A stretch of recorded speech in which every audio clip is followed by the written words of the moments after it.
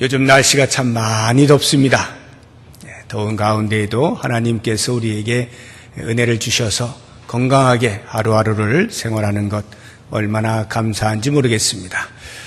이번 8월 한 달 동안은 하나님께서 우리를 구원하여 주셔서 우리의 마음 가운데 심어주신 그 구원의 즐거움을 어떻게 하면 유지할 수가 있고 또 어떻게 촉진시키고 강화시키고 또는 회복시킬 수 있는가에 관련하여서 그러한 몇 가지 요소들을 하나씩 한 주 한 주 살펴보고자 합니다.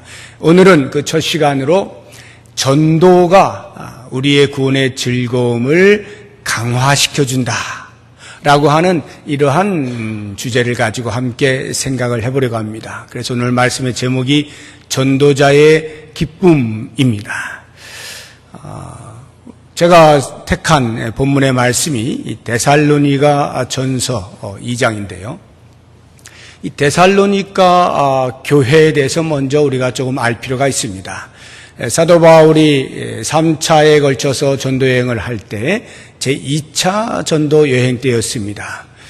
그가 소아시아로 1차 전도 여행 때 다녔던 곳을 다시 더 강화하기 위하여 다니고 있는 중에 성령의 이끌림을 받아서 마게도냐로 건너가게 되죠. 그곳에서 처음 도달한 도시가 빌립보라고 하는 도시였습니다. 그곳에서 복음을 전하고 교회를 세운 것이 유럽의 최초의 교회가 됩니다. 그리고 그 빌립보에서 넘어가 그 다음 도시로 행선지를 잡은 것이 바로 데살로니가였습니다. 이 데살로니가 도시는 그 당시에 마게도냐 지역의 가장 큰 도시였습니다. 그리고 행정 도시입니다. 당시에 약 20만 명이 거주하였으니까 굉장히 큰 도시라고 볼 수가 있습니다. 그 데살로니가에 건너가서 또 복음을 전합니다. 그런데 오랫동안 전하지는 못해요. 왜냐하면 그곳에 있던 유대인들이 워낙 반발이 심하고 핍박을 해서 그들을 내쫓았기 때문에 약 3주 정도 머물면서 복음을 전할 기회가 있었습니다. 그런데 그 3주 동안이지만 성령께서 크게 역사하셔서 많은 사람들이 복음을 받아들이게 되었고요. 비록 바울 선교팀이 쫓겨나서 베레아로 또 아덴으로 이렇게 계속 쫓겨나지만 데살로니가에서 뿌렸던 그 전도의 씨앗들이 잘 열매를 맺게 되어서 역시 데살로니가에도 교회가 세워지게 됩니다. 유럽 지역의 두 번째 교회가 된 것이죠. 그런데 이 바울이 너무나 궁금한 거예요. 3주 동안 복음을 전했는데 어떻게 됐을까에 대하여서 너무나 궁금해서 여러 차례 데살로니가에 다시 방문하기를 시도하였지만 번번이 막힙니다. 그것이 오늘 본문의 말씀의 내용이에요. 그래서 이 사도 바울이 아덴에 있는 동안에 그 믿음으로 낳은 아들 디모데를 데살로니가로 파송을 합니다. 야, 어떻게 됐는가 한번 좀 보고 오너라. 그래서 디모데가 그곳에 가서 여러 가지 상황들을 잘 살피고 돌아와서 바울에게 보고를 합니다. 그 보고를 듣고 바울이 감격스러워서 3주밖에 머물지 않았고 겨우 복음의 씨앗이 떨어진 정도였는데 들려온 소식, 그 보고에 의하면 상당히 데살로니가 교회 성도들의 믿음이 많이 자라났다고 하는 소식을 듣게 된 겁니다. 그리고 소망 중에 주 예수의 다시 오시는 날을 기대하고 기다리고 있고 또 그들의 사랑의 수고가 많은 사람들에게 전파되고 있다라고 하는 이런 소식들을 들으면서 감사의 마음을 가지고 또 한편으로는 그렇게 예수의 다시 오시는 것을 기대하는 그 신앙이 아직은 영글지 않아서 약간의 문제가 발생한 것에 대해서 조정을 해주기 위하여서 그가 고린도라고 하는 곳에 머물러 있으면서 편지를 씁니다. 그리고는 그 편지를 보낸 것이 바로 데살로니가 전서, 데살로니가 후서입니다. 이 편지 속에서 오늘 우리 본문의 내용 가운데에서 전도자의 기쁨이 어떠한 것인가라고 하는 것들을 몇 가지 같이 생각을 해보고자 합니다. 우선 일반적으로 우리가 전도자에게 주어지는 기쁨이 어떤 것이 있을까라고 생각할 때 제일 먼저 생각할 수 있는 것은 내가 구원받았을 때 누렸던 그 기쁨을 회상할 수 있다는 기쁨입니다. 전도를 합니다. 누군가에게 복음을 전했는데 그 복음을 듣고 구원을 얻게 되어 예수 그리스도를 영접하게 됩니다. 그러면 그 사람의 마음 가운데 기쁨이 생성되겠죠.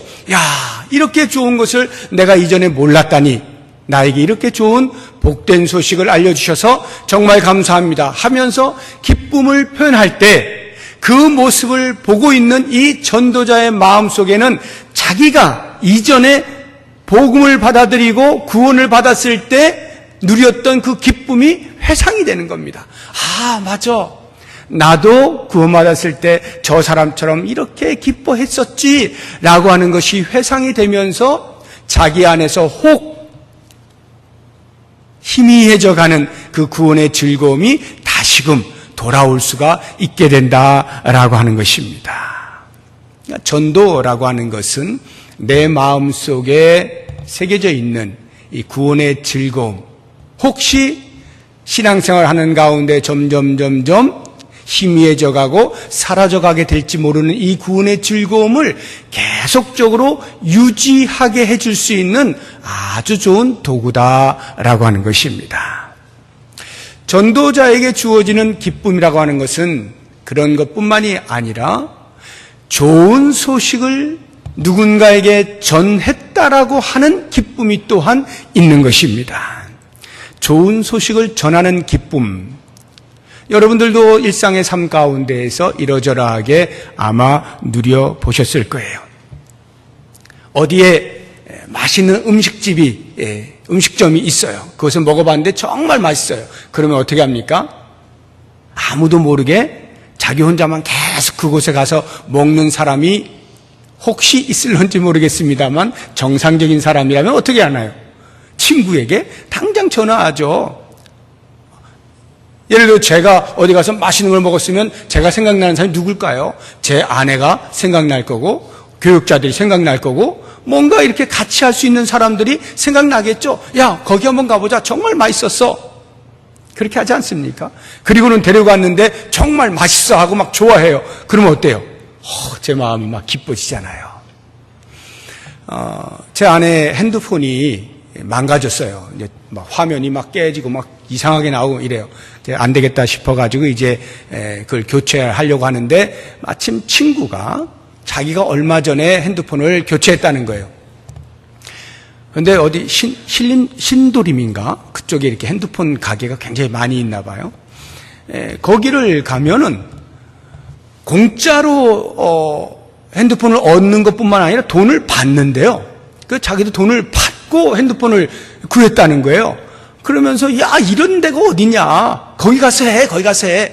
그 실제로 이제 전화를 해보니까 진짜로 뭐 돈을 이렇게 뭐 10만 원도 주고 뭐 누구는 뭐 20만 원도 받고 뭐 이렇게 이야기를 하더라고요.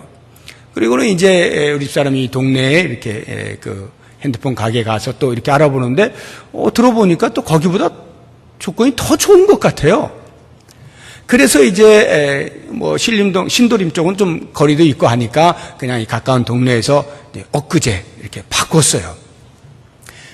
바꾸니까 당장에 그 친구가 바꾼 것을 알고는 야, 핸드폰 바꿨구나, 좋겠다 하고는 같이 기뻐해 주는 것을 제가 보면서 무엇인가 이렇게 좋은 것을 나눌 때 그 오는 그 기쁨이 그 사람에게뿐만이 아니라 전달하는 사람에게도 있다라고 하는 것을 알게 된 겁니다. 비록 그 친구는 자기가 소개해 준 데에 가지 않았지만 더 좋은 조건으로 핸드폰을 바꾼 것을 보고 그 친구의 기쁨에 동참을 하는 모습을 보면서 좋은 것을 전하는 자에게 주어지는 기쁨이 있다라고 하는 것을 알게 되는 것입니다. 만약에 전달하고자 하는 그 내용의 가치가 높으면 높을수록 아마 기쁨도 비례할 것이라 하는 생각이 듭니다. 열왕기하 7장에 보게 되면 이스라엘 백성들, 북이스라엘에 엘리사 선지자가 활동하던 시대, 아마 왕으로는 여호람 왕, 그 아합왕의 아들 여호람 왕 시대로 추정이 되는데요. 그때의 주변국 가운데 아람이라고 하는 나라가 있었는데 그 아람 나라가 공격을 해옵니다. 북이스라엘을. 공격을 하니까 이 사마리아 성을 완전히 둘러쌌어요.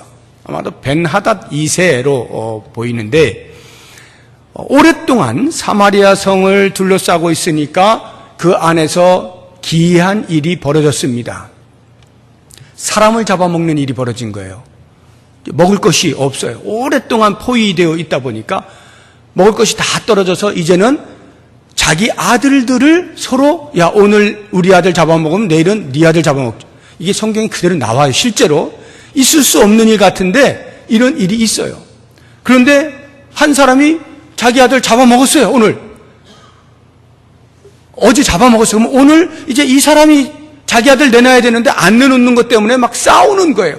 그것을 왕이 보고는 가슴이 아파가지고 이를 어찌하는가 이런 고통 가운데 있을 때 성 밖에 있던 그 성 안의 사람들과 함께 거할 수 없었던 나병 환자 4명이 있었는데 그 사람들이 가만히 앉아서 자기들의 신세를 돌아보니까 야 우리가 여기 앉아서 굶어 죽으나 저 성 안에 들어가려고 노력해봐야 어차피 못 들어가는 거 뻔하고 그 안에서 어떤 일이 일어난지도 모르고 말이죠. 이러나 저러나 우리는 죽는다. 그러면 차라리 아람에 가서 항복이나 해보자. 그들이 우리를 죽이면 어쩔 수 없고 만약에 하나 받아주면 그래도 하루라도 더 먹고 사는 것 아니겠느냐 하고는 아람군에 가서 투항을 하기로 결정을 합니다. 그들이 가죠. 그런데요 아람 군대가 보이지를 않는 거예요. 아무도 안 보이고요. 그들이 남겨놓고 떠난 것들만 잔뜩 있는 거예요. 텐트 안에 전부 다 먹을 것들이 잔뜩 있고 금은 폐물들이 잔뜩 있는 거예요. 이게 어떻게 된 건가? 여기저기를 다 돌아보아도 아람 군인은 하나도 없어요. 하나님께서 그들을 싹 다 물리쳐 주신 거예요. 그래서 그들이 밤새 마음껏 먹다가 새벽녘이 되어서 생각을 한 겁니다. 야, 우리끼리만 이렇게 먹어서야 되겠느냐? 저 안에서는 지금 아람 군대가 계속 있는 줄로 알고 공포 가운데 있을 텐데 우리가 이 아름다운 소식을 전해줘야 되지 않을까? 그렇게 하지 않으면 우리에게 벌이 있을 것 같아. 하고는 이 4사람이 결정을 짓고 우리 알리러 가자라고 하는 장면이 나와요. 그래서 실제로 그들이 가서 알리는데 이 나병 환자들이 알리니까 성 안에 있던 사람들이 제대로 믿질 않습니다. 야, 이거 진짜일까? 아니면은 진짜라 할지라도 아람 군인들이 속이는 것 아닐까? 그래서 우리들을 다 나오게 해가지고 매복해 있다가 전부 다 죽이려고 하는 것 아닐까? 야, 우리 먼저 한번 천병을 보내서 살펴보자. 진짜인가 아닌가? 그래서 몇 사람을 보내서 실제를 확인해 봅니다. 사실이거든요. 그래서 그들이 이제 무장을 해제하고 성 밖에 나왔다라고 하는 것입니다. 거기까지가 열왕기하 7장의 내용이 나와 있어요. 그 내용을 보면요, 이 나병 환자들이 그 아름다운 소식을 전하지 않으면 우리에게 혹시라도 벌이 내려지지 않겠냐, 우리만 좋은 것을 누릴 수는 없는 것 아니야 하고 어떤 해야만 하는 당위성을 가지고 찾아간 것임에 틀림이 없지만, 그리고 그 이후에 이 나병 환자들의 감정의 상태를 표현해 놓은 것이 성경에 없지만 적어도 정상적인 사람으로서 그 본문을 바라볼 때 얼마든지 추정해 볼 수 있는 것 아니겠습니까? 그 이후에 그래서 모든 이스라엘 백성들이 다 와 하고 안도의 한숨을 쉬게 되어지고 기쁨을 누리게 될 때 이 4명의 나병 환자들이 과연 어떠한 감정을 가졌을까? 여러분들 한번 상상해 보세요. 어땠을 것 같아요? 우리같이 쓸모없는 사람이라 할지라도 우리를 통해서 이 백성들이 이렇게 기뻐하니 와 얼마나 기쁜가? 그렇지 않겠습니까? 너무나 당연하죠. 한 나라가 망하게 생겼는데, 멸망당하게 생겼는데 자기들이 전달해준 그 소식으로 인하여서 크게 안도하고 위기에서 벗어나게 되었을 때 그들이 누릴 감정의 그 기쁨의 정도 상상할 수 없을 것이다 라는 생각이 듭니다. 사도 바울이 복음을 전합니다. 한평생 그가 예수를 만난 이후에 변함없이 복음 전하는 일에 자기의 목숨을 겁니다.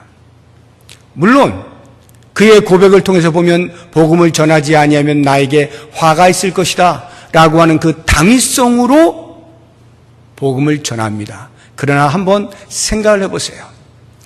당위성만 가지고 목숨을 내놓을 수 있겠습니까? 적어도 한 번, 두 번 어려움을 겪게 되어지고 그것을 사명을 완수해냈을 때 아마 당위성만 가지고 복음을 전한 사람이었다고 한다면 그것으로 하나님과 딜을 할 것 같아요. 하나님, 이 정도면 된 것 아닙니까? 이 정도 했으면은 이제 저를 놔주셔도 되죠? 이제는 제 삶을 살아도 되지 않겠습니까? 뭔가 딜을 하지 않겠어요? 그런데 사도 바울은 그런 게 없죠.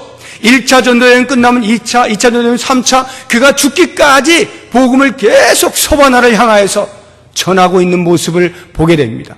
무엇이 그로 하여금 이렇게 복음을 끝까지 전하게 만들까? 저는 생각해 봅니다. 다른 이유가 없어요. 그 당위성은 그가 복음을 전하지 아니하면 안 될 만큼의 이 내적인 요청과 함께 찾아오는 기쁨이 있기 때문이다. 좋은 소식을 전하는 자가 누릴 수 있는 기쁨, 그 기쁨의 맛을 사도 바울은 알게 된 거예요. 그것은 어떤 것보다 더 중독성이 있어요. 그 기쁨으로부터 벗어나질 못해요. 너무나 큰 기쁨이에요.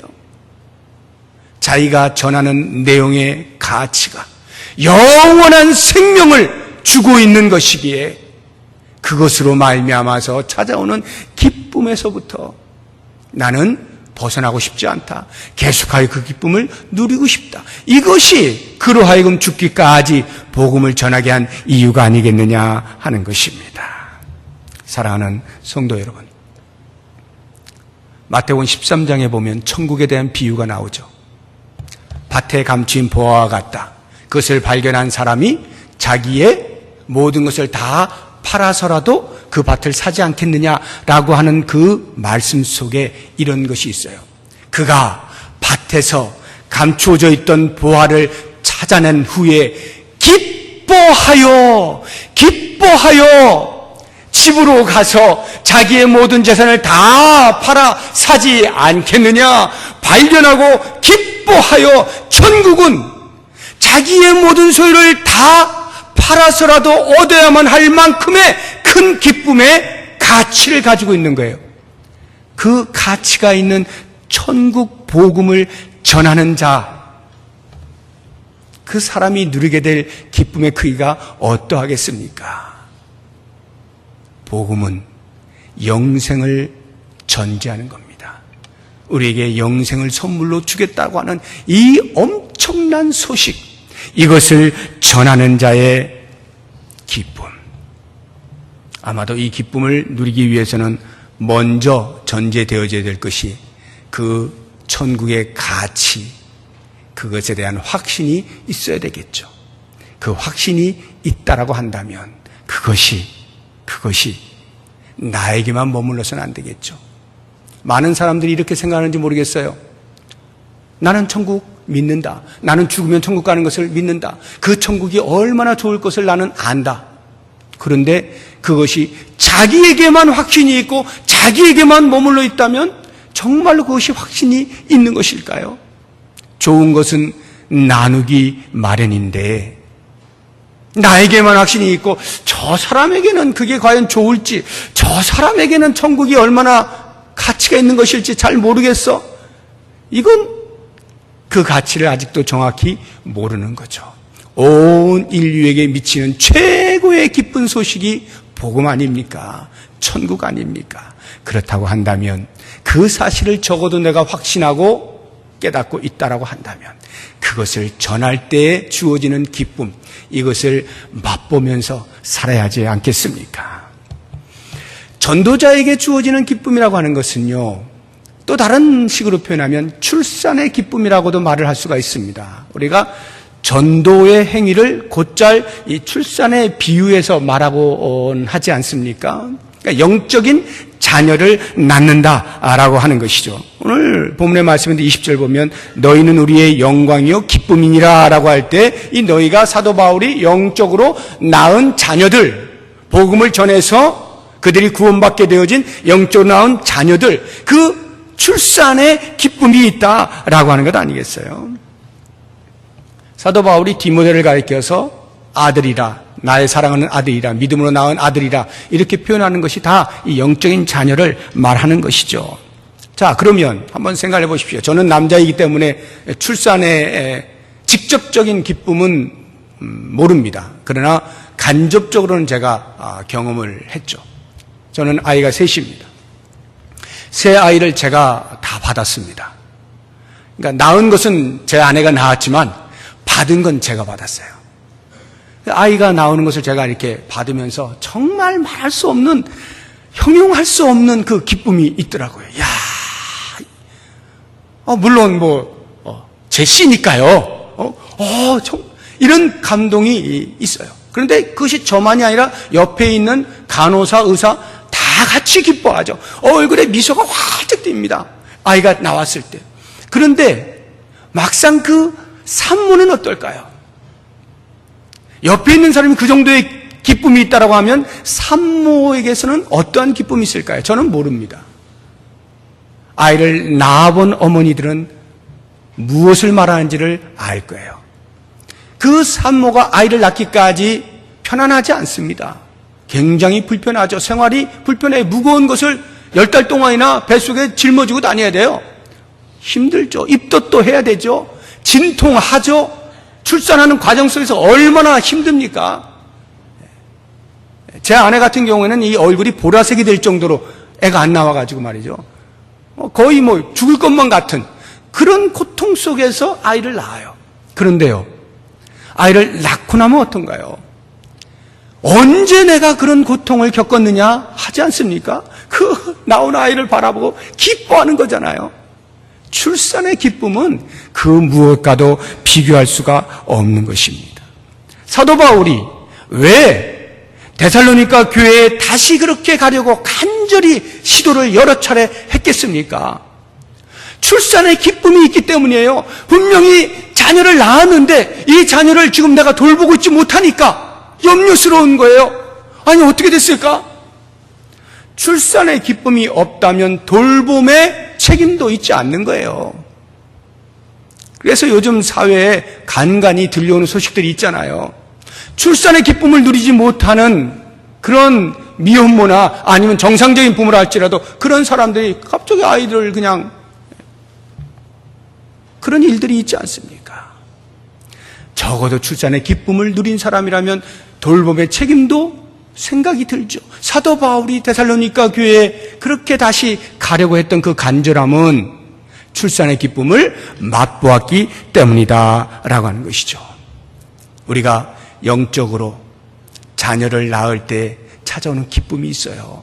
복음을 전하여 나로 말미암아서 누군가가 예수를 알게 되어지고 구원의 자리에 이르게 될 때에 누리는 그 출산의 기쁨이 있다 하는 것입니다. 전도자에게 주어지는 기쁨은요, 또 이런 기쁨도 있어요. 하나님의 기쁨이 곧 나의 기쁨이 되는 이런 기쁨입니다. 이게 무엇을 의미하는가? 하나님께서 한 영혼이 주 앞으로 돌아올 때에 말할 수 없는 기쁨을 가지고 있어요. 그것은 누가복음 15장의 탕자의 비유를 통해서 우리는 잘 알고 있습니다. 우리 한번 말씀을 보죠. 누가복음 15장 23절 말씀 같이 봅니다. 그리고 살진 송아지를 끌어다가 잡으라, 우리가 먹고 즐기자. 돌아왔어요. 아이고, 저 못난 놈, 저 못난 놈. 그렇게 말 안 듣더니 나가서 그 고생을 하고 이제 돌아와? 아이고, 저거 내 아들이라 다시 쫓아내지 못하고 야, 그냥 저기 처박혀서 살아. 이런 부모 있습니까? 그래요. 아무리 말 안 듣고 나갔다 할지라도 돌아오면요, 너무나 기쁜 거예요. 그러니까 막 살진 송아지 잡아다가 동네 방네 소문 내가지고 우리 잔치 벌이자, 즐기자, 기뻐하자. 이게 아버지의 마음이라 이 말이에요. 하나님께서 잃어버린 당신의 백성들이 돌아오게 될 때 그 한 영혼이 돌아오는 그 기쁨의 감정을 이것으로 표현해주고 있는 거예요. 말할 수 없는 기쁨이 있다는 것이죠. 그런데 만약에 우리가 하나님의 자녀라고 한다면 아버지의 기쁨에 마땅히 동참해야 된다라고 하는 것입니다. 그런데 그 집안에 있던 큰아들은 어떻게 하나요? 아버지의 기쁨에 동참하지 않죠. 다시 한번 볼까요? 누가복음 15장 32절 같이 봅니다. 이 내 동생은 죽었다가 살아났으며 내가 잃었다가 얻었기로 우리가 즐거워하고 기뻐하는 것이 마땅하다 하니라. 왜 큰아들에게 이 말을 할까요? 안 기뻐하니까요. 싫어하니까요. 짜증을 내니까요. 불평을 하니까요. 아버지가 말하는 거예요. 야, 집안에 있는 모든 재산이 다 네 건데 뭘 그걸 가지고 잃었다가 얻은 동생 잔치 벌여주기로서니 즐거워하기로서니 그걸 가지고 불평을 해. 너가 내 자녀라면 네 동생이 돌아온 것에 대하여 마땅히 함께 기뻐해야 될 것 아니겠느냐?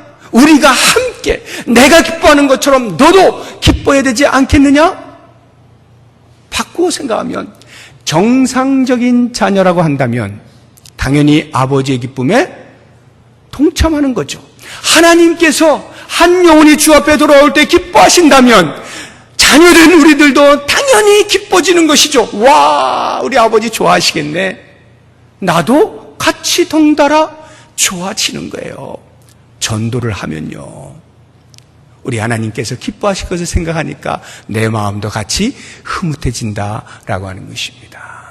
이제 마지막으로 한 가지 더 전도자에게 주어지는 기쁨이 있다면 그것은 마지막 날에 얻게 되어질 상급으로 인한 기쁨입니다. 마지막 날에 얻게 되어질 상급. 그들이 나의 면류관이 돼요. 19절 말씀 한번 보십시오. 우리의 소망이나 기쁨이나 자랑의 면류관이 무엇이냐? 그가 강림하실 때 우리 주 예수 앞에 너희가 아니냐. 사도 바울은 생각하는 겁니다. 데살로니가 교회 성도들이 자기의 면류관이라는 거예요. 주 예수 그리스도의 다시 오시는 그날 우리가 그분 앞에 섰을 때, 그래서 각 사람이 자기의 행위들을 고하게 될 때 그들이 나의 면류관이 될 것에 대한 확신이 있어요. 면류관이 된다는 것, 상급이라는 것 아니에요. 상급을 생각하면 기쁨이 넘치지 않습니까? 내가 잠시 후에 상급을 받을 거야. 기쁘지 않습니까? 열심히 내가 공부했어요. 장학금을 탄대요. 상급을 받을 생각하면 기쁘지 않습니까? 즐거움이 있잖아요. 첫 번째 개척을 해서 세운 그 교회 빌립보 교회도 역시 사도 바울이 편지를 쓰면서 동일한 말을 하고 있습니다. 이렇게 한번 볼까요? 빌립보서 4장 1절 말씀입니다. 그러므로 나의 사랑하고 사모하는 형제들, 나의 기쁨이요 면류관인 사랑하는 자들아, 이렇게 되죠. 빌립보 교회 성도들을 향해서 나의 기쁨이요 면류관이다. 마지막 날 주님 앞에 섰을 때 빌립보 교회 성도들이 예수님께 말하는 거예요. 저 사도 바울 선생님으로 인하여 복음을 듣게 됐어요. 저분 때문에 우리가 천국에 왔어요. 저분 때문에 예수님을 알게 된 거예요. 그 말을 할 때 사도 바울은 그것이 곧 자기에게 면류관이고 기쁨이고 상급이 된다라고 말하고 있는 것입니다. 이 상급은요, 이 땅에서 우리가 받는 상급과는 비교도 안 돼요. 때로 우리가 열심히 주의 일을 했을 때 주님께서 이 땅에서 보상을 해 주실 때도 있어요. 위로를 해 주실 때도 있고요. 나름대로의 야, 너 정말 수고했어 하고 눈에 보이는 상급을 주실 때가 있어요. 그러나 여러분, 그 상급은 굳이 우리가 바랄 필요가 없어요. 그건 하늘에서 우리가 받을 상급에 비하면 정말 아무것도 아니에요.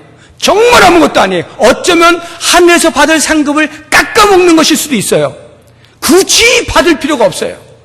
그것 때문에 목맬 필요가 없습니다. 사도 바울은 그것을 알고 있는 거예요.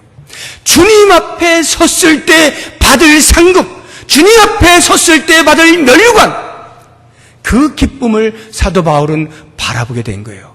왜 이것이 이 땅에 받는 상급과 비교가 안 되느냐? 주 앞에 서서 받게 되어지는 그 상급은 영원하기 때문이에요. 그리고 별과 같이 빛나기 때문이에요.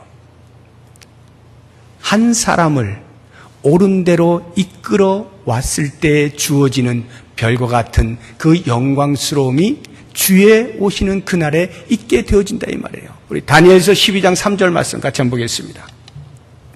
지혜 있는 자는 궁창의 빛과 같이 빛날 것이요 많은 사람을 옳은 대로 돌아오게 한 자는 별과 같이 영원토록 빛나리라. 마지막 날 우리가 받게 되어질 상급은 영원토록 별과 같이 빛나게 되어지는 영광스러움입니다. 그것을 생각하면 만면에 미소가 저절로 띄어지지 않습니까? 야, 내가 수고하고 내가 애를 썼을 때 그에 대한 열매가 주님 다시 오신 그날에 고스란히 나에게 상급으로 돌아오는구나 라고 하는 것을 생각할 때 우리의 마음에 찾아오는 기쁨은 그 무엇으로도 비교할 수가 없는 것이죠. 사랑하는 성도 여러분, 혹시라도 신앙생활하는 가운데에서 구원의 즐거움이 많이 없어진 분 계십니까? 내 안에 이 구원의 즐거움이 얼마나 벅차오르는 것인지 이제는 좀 많이 이렇게 희석이 되어지고 그냥 그저 그렇게 신앙생활을 하고 있다라고 생각되시는 분 계십니까? 전도하십시오. 복음을 전하십시오. 예수 그리스도를 증거하십시오. 그 속에서 찾아오는 기쁨들은 말로 표현할 수가 없어요. 그것은 아는 자만이 누리는 겁니다. 이제 한 뜨거운 여름, 우리가 잠시 교회적으로는 쉬고 있죠. 이제 날씨가 다시 선선해지는 가을이 되면 다시 지역 전도를 시작합니다.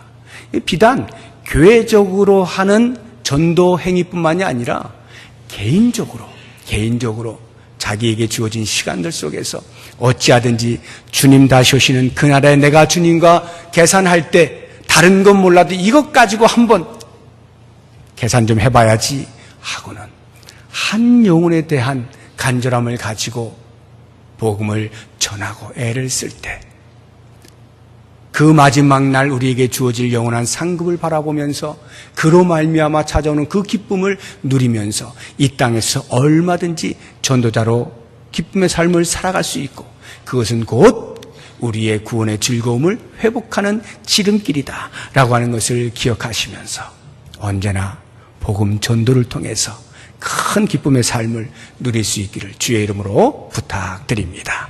기도하겠습니다. 하나님 아버지, 예수 그리스도를 믿음으로 말미암아 그 복음의 복된 소식 때문에 구원받은 큰 기쁨을 누렸던 우리의 옛 모습을 떠올립니다.